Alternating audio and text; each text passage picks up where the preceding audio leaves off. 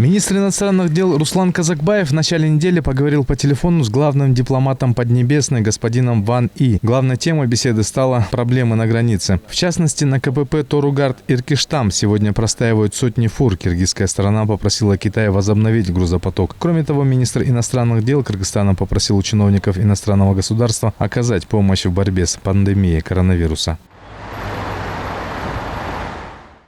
Пойдет ли Китай навстречу Кыргызстану, пока не ясно, но ранее в Поднебесной заявляли, что никаких послаблений правительству нашей страны не будет. Кроме того, бывший президент Джеймбеков в сентябре уже просил Китай дать отсрочку по выплате кредита. Необходимо отметить, что долг Кыргызстана перед китайским Эксимбанком составляет 1 миллиард 778 миллионов долларов. По данным Министерства финансов, к августу этого года долг перед Китаем составил 4 миллиарда 827 миллионов долларов.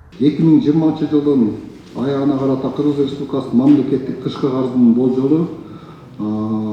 конце 2020 года госдолг составил 4 миллиона долларов.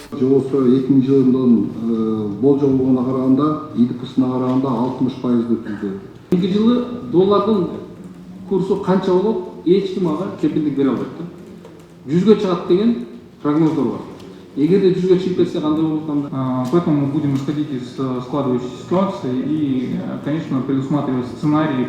Такого экономического кризиса в Кыргызстане за последние 20 лет еще не было. Дефицит бюджета 36 миллиардов сомов. Улучшатся ли показатели, никто не знает. Впрочем, придется затянуть пояса. Правительство должно разработать антикризисный план. Внешний долг выплатить в полном объеме. Необходимо в первую очередь это разработать антикризисный план. То есть как мы будем с этим бороться, от которого отстраняться будет невозможно. То есть ни одно правительство, чтобы ни один президент из-за каких-то популистских решений не испортил всю картину. То есть это должен быть жесткий финансовый план, во-первых. Во-вторых, необходимо обозначить источники финансирования. В-третьих, это сократить издержки бюджета, то есть те, которые возможно это сделать. Например, это вот сокращение государственного аппарата. У нас слишком много чиновников.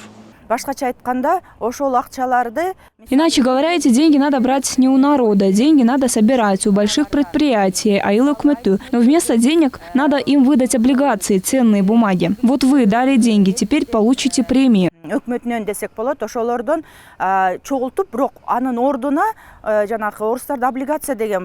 Для выплаты госдолга кыргызстанцам предлагали даже скинуться деньгами. В Минфине даже открыли для этого 2 специальных счета. В один должны поступить деньги от экономической амнистии, во второй от добровольных взносов всех желающих. Последняя инициатива, впрочем, спровоцировала волну критики в адрес правительства.